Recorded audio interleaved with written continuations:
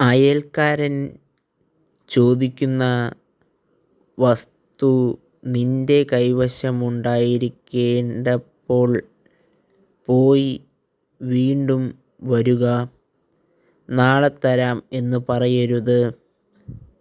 നിന്നെ വിശ്വസിച്ചു പാർക്കുന്ന അയൽക്കാരനെ ദ്രോഹിക്കാൻ ആലോചിക്കരുത്. നിനക്ക് ഉപദ്രവം ചെയ്യാത്തവനുമായി കലഹിക്കരുത്. അക്രമിയുടെ വളർച്ചയിൽ അസൂയയോ അവൻ്റെ മാർഗം അവലംബിക്കുകയോ ചെയ്യരുത്. ദുർമാർഗികളെ കർത്താവ് വെറുക്കുന്നു, സത്യസന്ധരോട് അവിടുന്ന് സൗഹൃദം പുലർത്തുന്നു. ദൈവത്തിനായി നിങ്ങൾ ഈ ചാനൽ സബ്സ്ക്രൈബ് ചെയ്യുക.